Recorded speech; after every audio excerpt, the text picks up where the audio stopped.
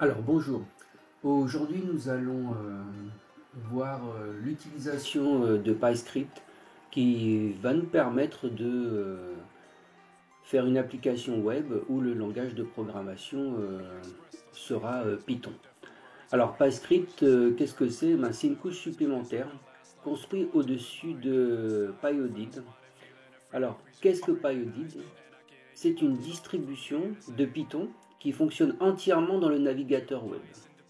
Donc je vais vous montrer un peu l'utilisation de PyEdit pour vous faire voir que c'est quand même assez complexe et que grâce à cette couche supplémentaire de PyScript, l'utilisation de Python, du langage de programmation Python dans le navigateur va être facilitée. Alors PyEdit fonctionne grâce à une technologie qui est WebAssembly qui permet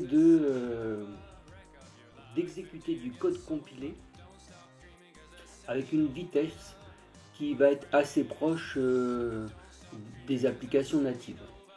Donc nous allons voir que nous allons avoir la possibilité d'utiliser la force de Python, du langage de programmation Python, euh, dans le navigateur web, donc dans notre application web. Donc si vous êtes intéressé par ces technologies et que vous voulez en savoir plus, il vous faut vous rendre sur le site de ces différentes technologies, donc pour PyOdid, pour WebAssembly, et puis bien sûr la technologie qui va nous intéresser tout particulièrement, qui est PyScript. Là, je vous conseille vraiment de vous former grâce à la documentation qui est accessible sur le site. Alors nous allons voir quelques petites choses, mais pour en savoir plus, il faudra bien sûr parcourir le guide de l'utilisateur qui est très bien renseigné. Alors j'ai tout simplement mis en place, vous voyez, un exemple que nous allons étudier ensemble.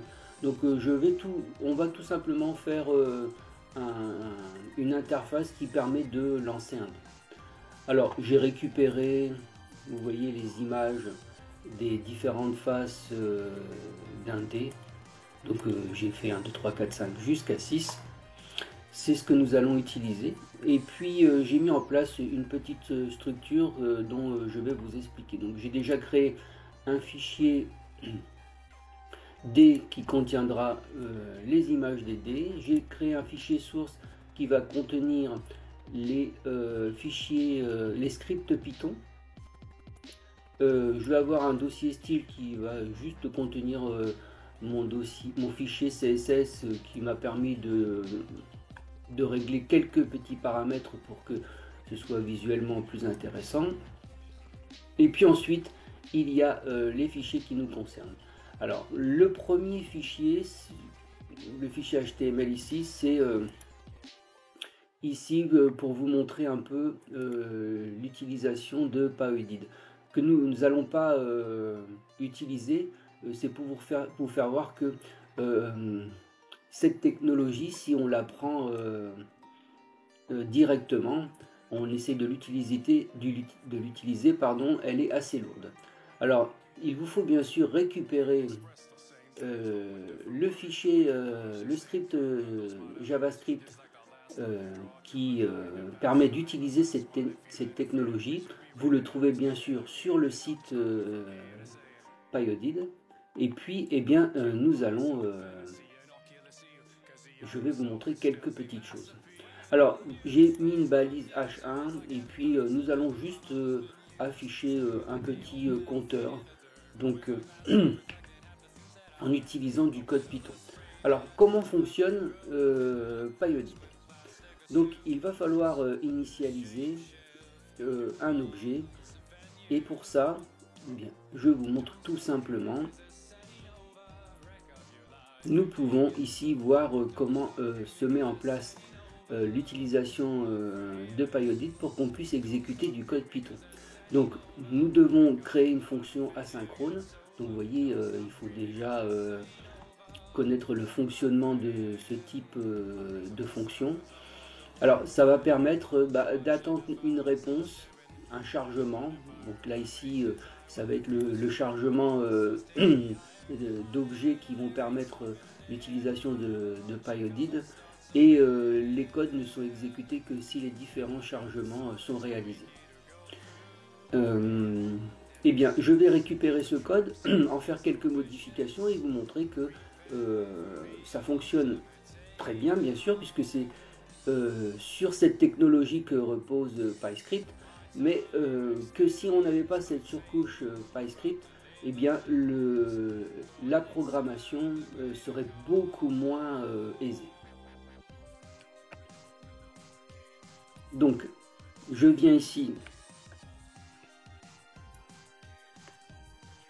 mettre en place les éléments, et puis je vais modifier quelques petites choses. Donc vous voyez, et en plus il faut quand même très bien maîtriser le langage de programmation qu'est JavaScript, ce qui nous oblige quand même à maîtriser deux langages de programmation.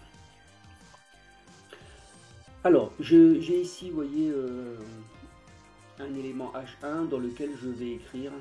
Donc, il faut que je puisse créer une variable qui va récupérer cette balise pour que je puisse la manipuler.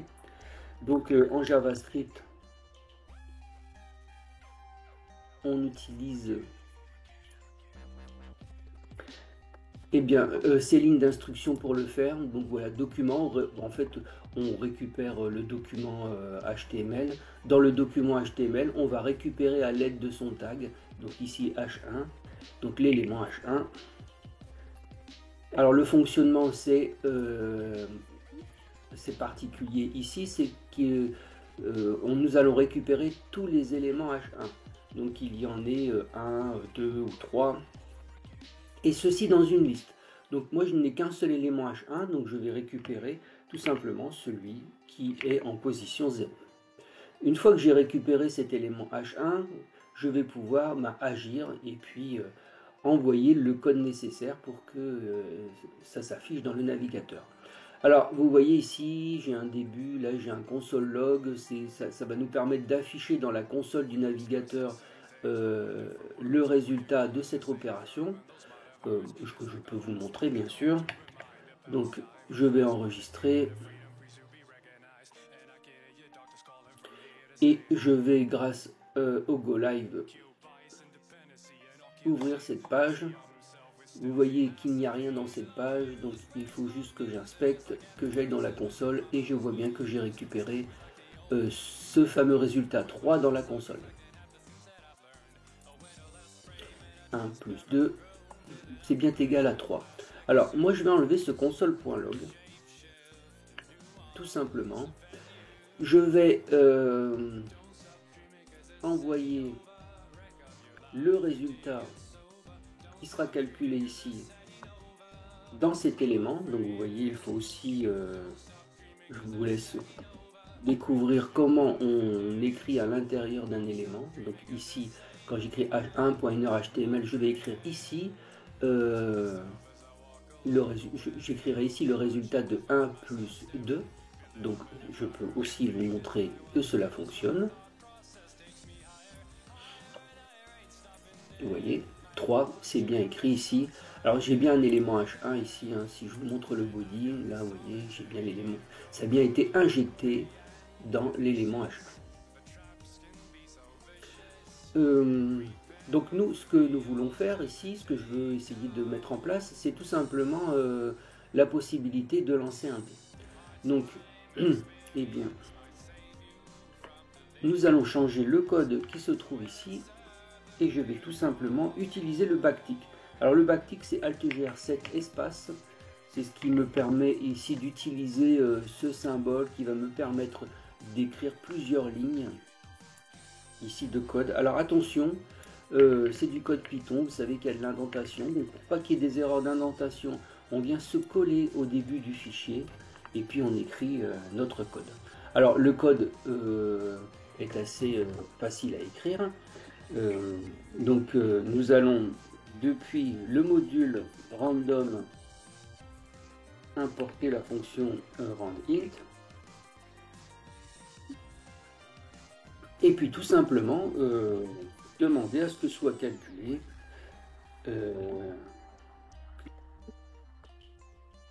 nous soit renvoyé une valeur de 1 à 6. Alors, si je fais ça, eh bien, je vais voir que cela fonctionne sans difficulté. Donc, on enregistre. On revient ici et on devrait avoir ici... Alors, je peux réactualiser ma page. Si je réactualise ma page, je devrais avoir une autre valeur qui s'affiche que 3, vous voyez, 5, etc. Alors, maintenant, l'idéal, c'est tout simplement d'essayer de rendre interactive la page. Donc ça c'est assez simple en JavaScript.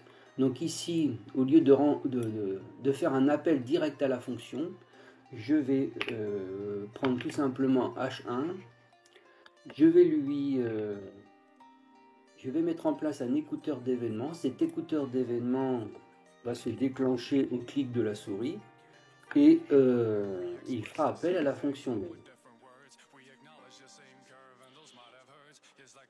Et donc je vais avoir une première initialisation que je vais écrire ici, sinon nous aurons une page vide au démarrage. Donc je vais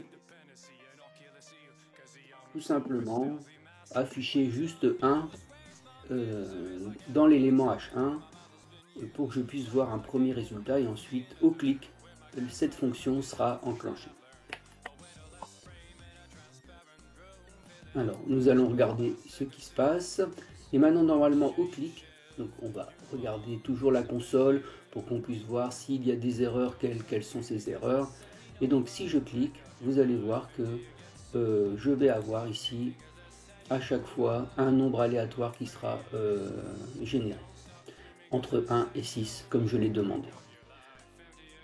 Alors bien sûr, écrire tout le code ici à l'intérieur de la balise script, c'est un peu compliqué. Donc on a la possibilité, donc vous voyez, j'ai mis en place ici une fonction qui me permet, alors une petite fonction qui me permet de choisir le nombre de faces de mon dé, et puis après de faire un choix, un tirage aléatoire entre 1 et puis le nombre de faces que j'ai choisi. Donc ici entre 1 et 15 par exemple. Eh bien je peux coder, voilà, dans un fichier externe, et puis essayer d'utiliser PyEdit pour exécuter le code qui est dans ce fichier. Alors vous allez voir que c'est tout à fait possible, mais qu'il n'est pas aisé de programmer avec PyEdit directement. Donc ici,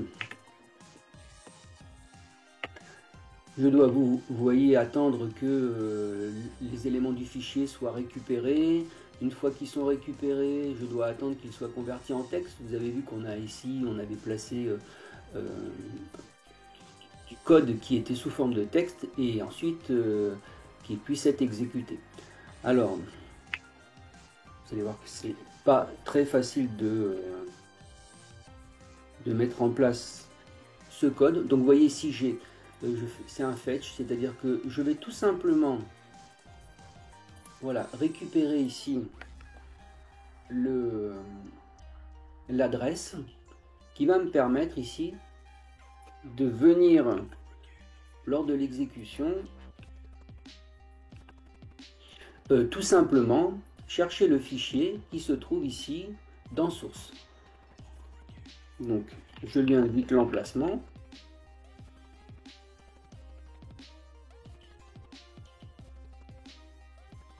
Voilà, donc là ici, cette adresse ici, puisque j'ai démarré un serveur, me donne accès, voilà, la racine ici, je suis à la racine de mon projet, et puis ensuite je peux naviguer à l'intérieur de mon arborescence, de ma structure, et aller chercher le fichier dont j'ai besoin. Alors en faisant ça, je récupère le script, et bien sûr ce script, je dois demander à ce qu'il soit transformé en chaîne de caractères. Donc c'est avec la méthode texte, et si j'exécute ce code, et bien je vais avoir le même résultat, sauf qu'ici ce sera entre 1 et 15 puisque c'est ce que j'ai décidé dans mon script. Et donc je suis ici, c'est initialisé à 1, et quand je vais cliquer, ben vous allez voir, je vais générer un nombre entre 1 et 15 à chaque fois que je vais cliquer, tout bêtement. Alors, vous voyez que l'utilisation de cette technologie n'est pas aisée. Alors, grâce à PyScript, qui est une couche supplémentaire, qui utilise bien sûr la technologie PyOdid et puis bien sûr la technologie WebAssembly pour compiler le code, nous allons pouvoir utiliser Python avec un peu plus de facilité. Alors pour ça, j'ai mis en place ici un exemple et nous allons coder notre exemple pour que l'on puisse avoir eh bien une application de lancer de dés. Alors la première chose à faire, c'est tout simplement donc appeler nous aussi une balise script où on va indiquer la source du fichier que nous allons utiliser. Donc nous allons utiliser le fichier main.y.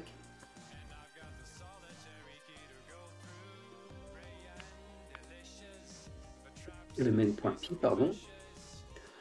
On va indiquer tout simplement dans la balise script que l'on a un type particulier qui est ici un script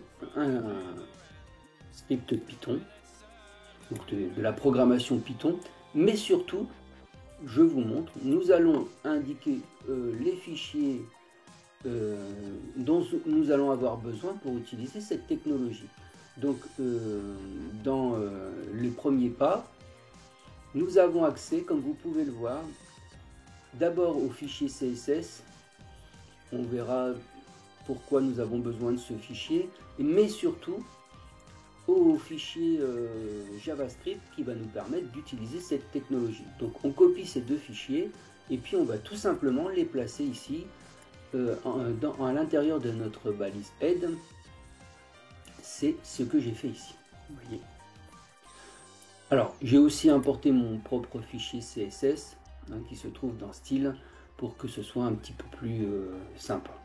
Alors vous voyez dans le fichier Style, on va avoir un bouton, on va avoir une image, on va avoir H1, je vais vous montrer tout ça progressivement. Alors, eh bien, je vais tout simplement créer une balise H1. Nous allons avoir une balise image. Tout simplement, cette balise image bien, va avoir une source, on va directement en afficher un des dés, donc on va prendre le dé qui représente le 1. Voilà, et ici on va mettre tout simplement un dé, donc on va dire affichage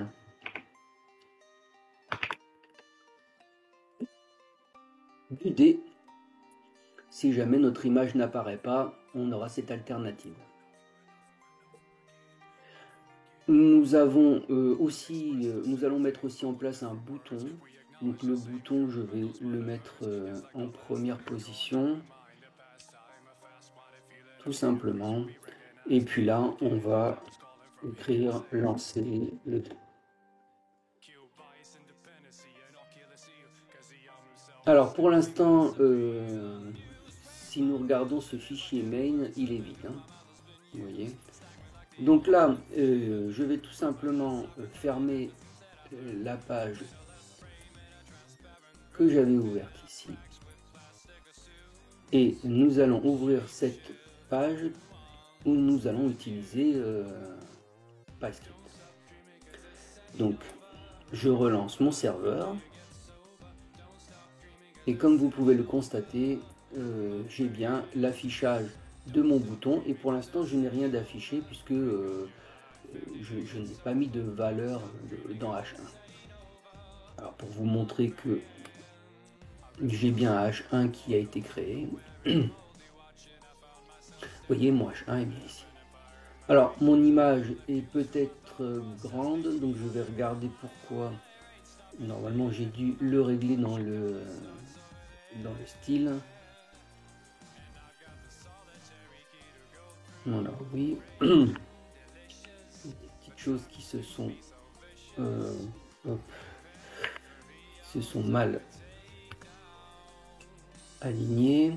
Voilà, donc j'ai H1, j'ai mis ici l'image et je n'ai pas réglé mon image. Alors je vais le faire à partir de l'index.html. Ici, je vais mettre une propriété. Il va me fixer la largeur. Si je ne fixe que la largeur, le tout restera proportionnel. Et nous allons regarder ce que cela donne. Voilà, je pense que c'est très bien comme ça. On voit le bouton. Peut-être mettre 150 pour que ce soit un peu plus visible pour vous. Voilà, c'est parfait. Donc maintenant, nous allons rendre interactif tout ceci. Alors on va d'abord s'occuper du lancer du dé, et puis après on verra comment on manipule les images, ce qui est assez simple. Donc bien, maintenant que j'ai mis main.py, que j'ai connecté ici mon fichier, mon script Python, je peux me rendre dans le script Python. Alors, pour rester en lien avec la NSI, nous avons, c'est pour cela que nous essayons de créer du contenu web en utilisant comme langage de programmation Python. Alors, on a la possibilité d'utiliser des librairies et justement, nous avons la librairie PyScript qui va nous être accessible maintenant que l'on a écrit ici le module qu'on voulait utiliser.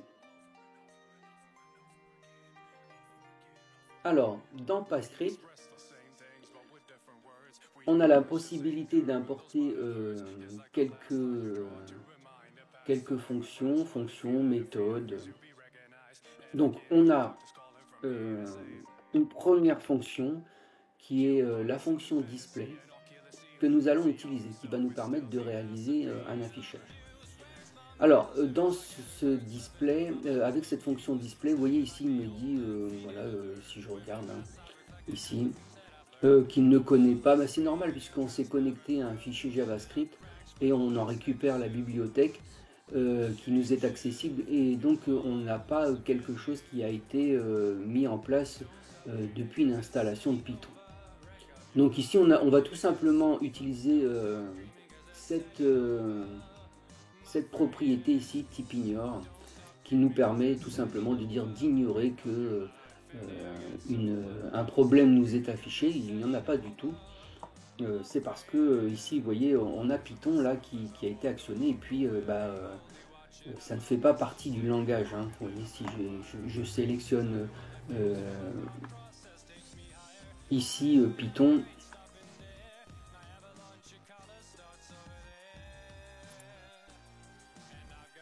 voilà, j'ai la version 3.11.9.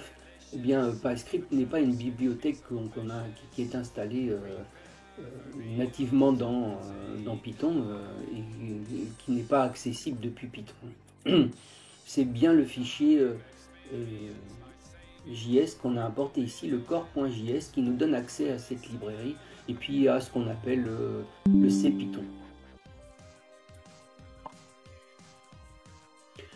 Donc, je continue. Donc, nous devons, on va importer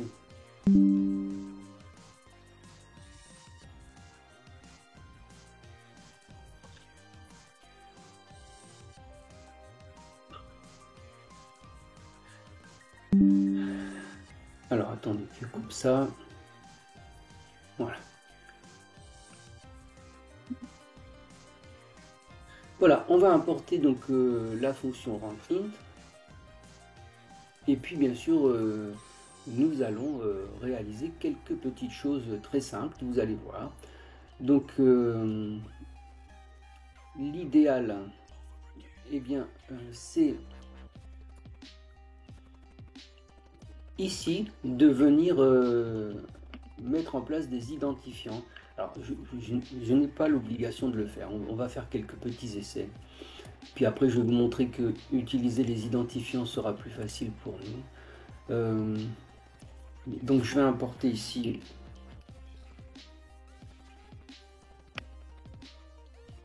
Donc, ici, on va importer tout simplement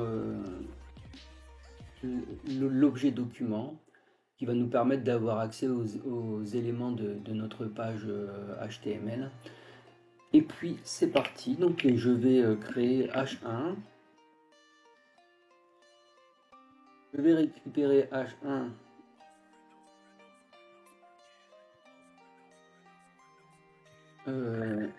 grâce au query selector. Donc on va récupérer le H1.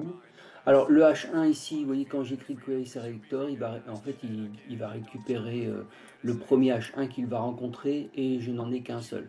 Si j'avais plusieurs balises H1, j'écrirais query selector all, et puis je récupérerai le premier qui est en position 0. Donc comme j'en ai qu'un seul, j'ai récupéré le premier. D'accord. Alors maintenant que j'ai accès à mon élément document dans mon script Python, je vais pouvoir tout simplement faire un display, lui dire ce que je vais envoyer. Donc là, je vais envoyer un nombre entre 1 et 6. Et je vais lui indiquer quelle est la cible. Eh bien, la cible sera H1. Alors, on peut rencontrer des petits soucis. Si on en rencontre, vous verrez, on repassera en utilisant les identifiants. Parce que souvent ici, il veut plutôt une chaîne de caractères qu'un élément. Et donc, on va regarder ce que ça donne. Oui, donc vous voyez, c'est bien ce que je vous dis.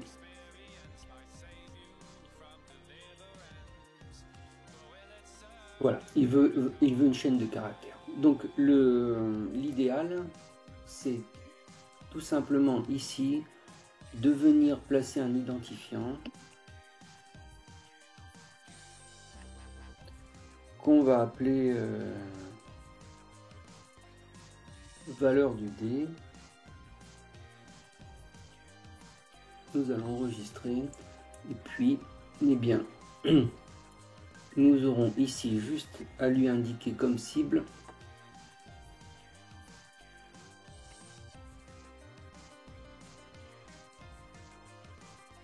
nous avons pris la valeur du dé.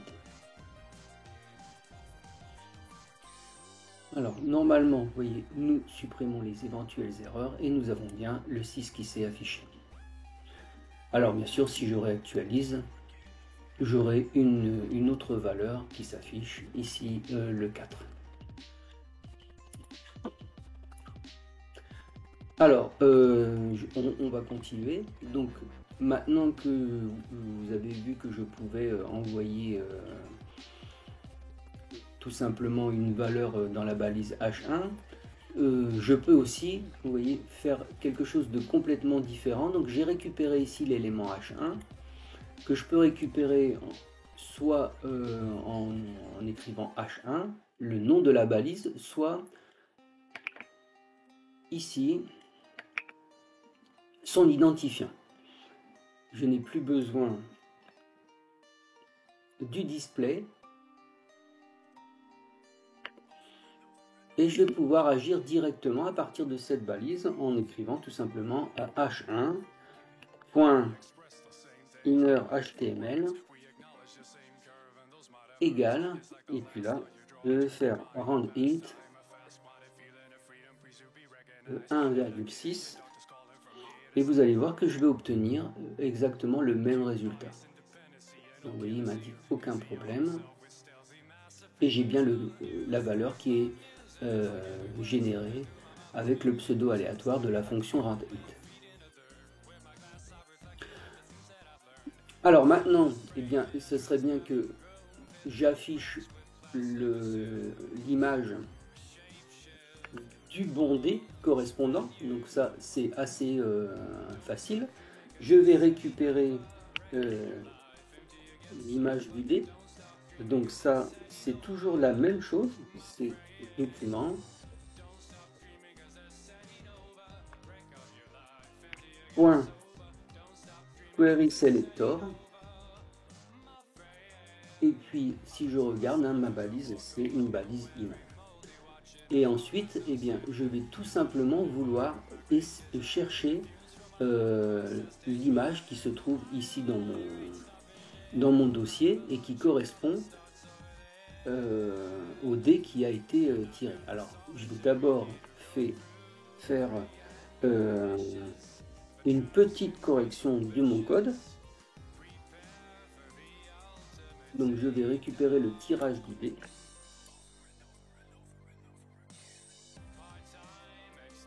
Ainsi, il est enregistré. Et maintenant, je vais pouvoir prendre l'image et puis lui indiquer une source. Je peux utiliser une string, ce que nous savons faire en langage Python. Et puis, tout simplement, renseigner là, le numéro du tirage, puisque j'ai fait le choix d'appeler 1, 2, 3, 4, 5, 6 pour faciliter la tâche. Point PNG, et puis ces images se trouvent dans le fichier D. Donc normalement, maintenant je vais avoir l'image du dé correspondant qui va s'afficher quand PyScript va être généré. Donc vous avez vu, le 1 est apparu. Si je réactualise la page, le 5 et l'image correspondant au D5 est apparu. Alors bien sûr, là il n'y a rien d'interactif et il sera intéressant que quand je clique sur lancer le dé, je puisse depuis la page réaliser à nouveau un lancer de dé. Alors pour ça, eh bien c'est assez simple. Toujours dans la bibliothèque PyScript, je dispose d'une fonction qui va me permettre d'en décorer une autre. Qui va me permettre de mettre en place ce qu'on appelle des écouteurs d'événements. Comme on le fait en JavaScript, en fait, ça va être connecté au AD Event Listener que je vous ai montré quand je vous ai fait l'exemple ici dans PyEdit. Donc, je vais tout simplement écrire @when. Donc, c'est un décorateur auquel je vais passer tout simplement le petit clic et je vais dire sur quoi je clique. Donc là, je vais prendre mon fameux bouton, je vais lui placer un identifiant et je vais l'appeler relancer. Et tout simplement, je fais CTRL S. Quand je vais cliquer sur le bouton relancer, eh bien, cette fonction sera exécutée. L'appeler aléad. On peut lui passer un paramètre event qui permettrait de récupérer l'événement et puis agir en fonction. Ça, on verra à l'usage si on en a besoin. Et puis là, maintenant, eh bien, je vais pouvoir à chaque fois régénérer, vous voyez, un tirage ici.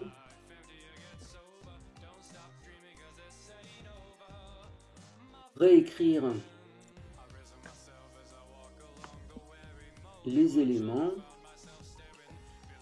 qui constituent le tirage du dé. Donc quand je vais cliquer sur l'élément qui porte l'identifiant, qui a l'identifiant relancé, cette fonction va être exécutée. Donc vous voyez, c'est assez simple, hein. Je fais CTRL S, je reviens ici, j'attends de voir s'il y a un problème particulier. Pour l'instant non, le bouton il est ici. Si je clique sur relancer, vous voyez que j'ai très facilement mis en place un lancer de dés.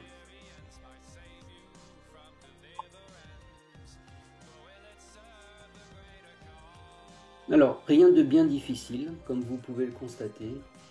on a cette technologie PyScript qui nous permet de facilement coder, d'utiliser le langage Python dans une page web, donc de le remplacer entre guillemets, de remplacer JavaScript par Python, grâce aux technologies que je vous ai présentées, à cette surcouche PyScript qui permet aux développeurs d'avoir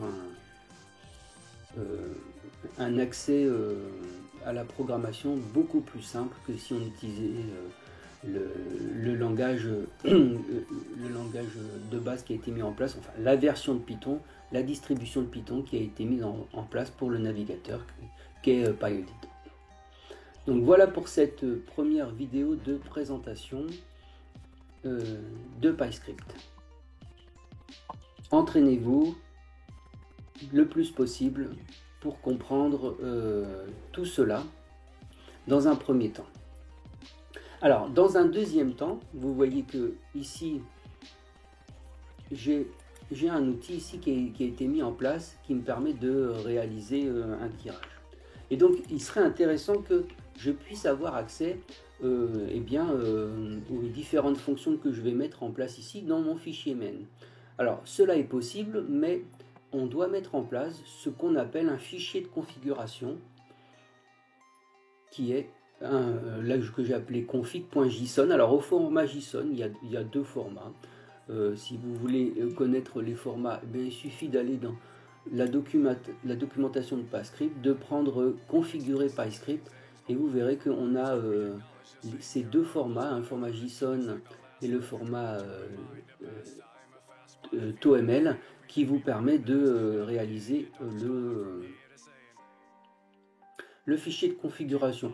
Alors moi j'ai choisi JSON parce que c'est proche de ce qu'on utilise en NSI, c'est-à-dire les dictionnaires. Donc comme ça nous restons dans les attendus de la spécialité. Ça vous permet de vous entraîner, de vous conforter dans ce qu'on utilise tous les jours avec le langage Python. Donc j'ai rien fait d'extraordinaire, je vous l'ai expliqué tout à l'heure. J'ai fait une fonction tirage, je donne le nombre de faces de mon dé, puis comme ça me permet de générer, de créer un lancer de dés du nombre de faces que j'ai choisi. Alors comment je règle ce fichier JSON? Alors je vais supprimer tout ce qui est ici, puis je vais vous remontrer. Donc voilà, j'ouvre les accolades comme je le ferais traditionnellement pour ouvrir un dictionnaire. Je vais avoir une clé qui s'appelle Files, et dans cette clé Files, je vais indiquer les fichiers que je veux rendre accessibles dans mon script principal. Alors, ici, vous voyez, le fichier outil se trouve dans Source. Donc là, ici, je vais tout simplement écrire que le fichier auquel je veux avoir accès se trouve dans Source et qu'il se nomme outil.py. Et ensuite, moi, je vais tout simplement ici lui indiquer de quelle façon je veux le rendre accessible, c'est-à-dire que je vais lui indiquer un chemin que je choisis. Donc moi, je vais utiliser un chemin direct, c'est-à-dire il va être accessible, cette bibliothèque va être accessible directement.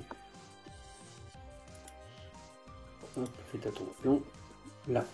Donc je n'ai plus qu'à enregistrer, à faire un CTRL S, et maintenant, très facilement, je vais aller dans mon fichier main, et là je vais pouvoir faire un import. Donc from outil, import la fonction tirage. Donc j'ai toujours le même problème que tout à l'heure, cette bibliothèque pour Python n'existe pas. Donc tout simplement, je lui dis hop, on ignore, et ça va très bien fonctionner. Et puis simplement ici, je vais pouvoir maintenant appeler ma fonction, d'appeler int. Par exemple, je vais faire tirage, je vais mettre 6, et puis je vais avoir accès à ma fonction et pouvoir l'utiliser. Donc j'actualise. bien sûr, dans mon fichier index, je dois indiquer sur ma ligne de script quel est le fichier de configuration qui est utilisé dans ma page. Donc tout simplement, c'est un config. Et puis j'indique le fichier que je veux rendre accessible, qui est le fichier de configuration. Donc c'est config.json. Je fais un CTRL S et normalement, si je viens ici, j'ai toujours mon D qui est là et on va regarder s'il n'y a pas de problème.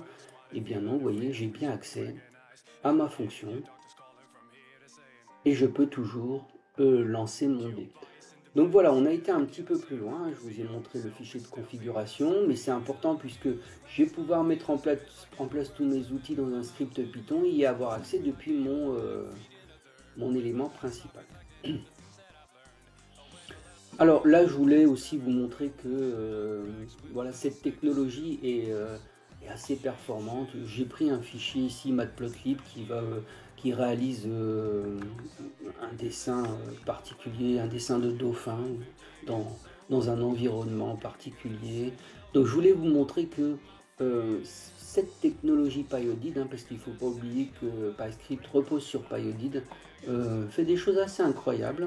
Donc là, il suffit que je vienne demander ici à exécuter le fichier qui est matplotlib, donc qui est un script Python que j'ai récupéré.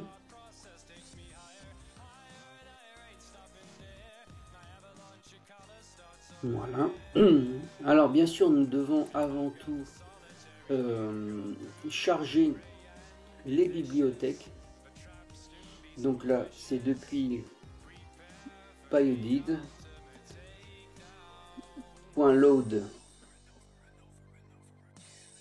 package.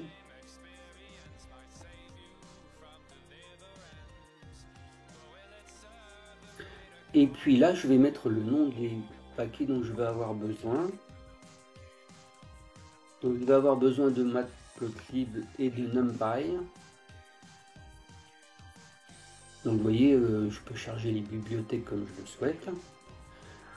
Et normalement, s'il n'y a pas de bêtises quelconque, donc là ici, je vais appeler main. Je vais ici, pas la peine d'aller chercher. Ah, je vais enlever ici. Hop.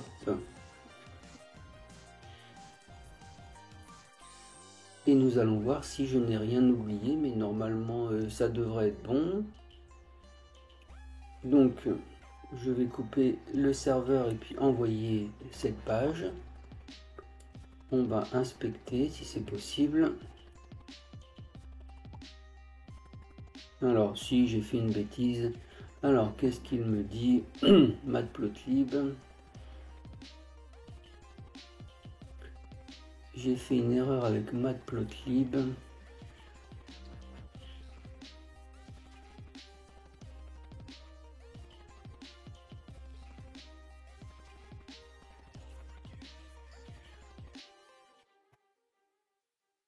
Alors.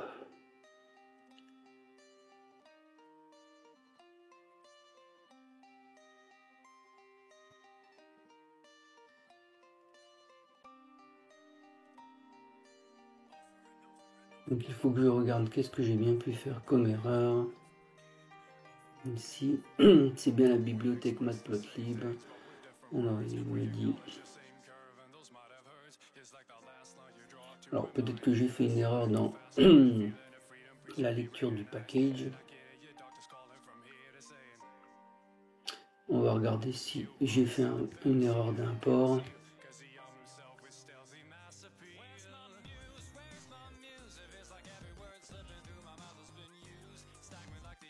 Voilà, load package. Ah oui, c'est de ma faute, bien sûr. Voilà. Ici, en fait, il faut attendre que les packages se chargent. Et donc, on doit lui dire d'attendre tout bêtement. Que le chargement des packages des librairies soit effective. Et puis, normalement, on n'aura plus de problème et l'image va se charger. Alors, toc toc toc, donc vous voyez tout est bon et vous voyez que le code se charge, donc on arrive quand même dans le navigateur avec le langage Python à faire des choses assez intéressantes. Donc voilà, cette vidéo est terminée. Je vous conseille de la regarder plusieurs fois attentivement pour bien vous imprégner de cette nouvelle technologie que nous allons utiliser abondamment dans nos projets et tout principalement dans notre projet de station météo. Bon courage!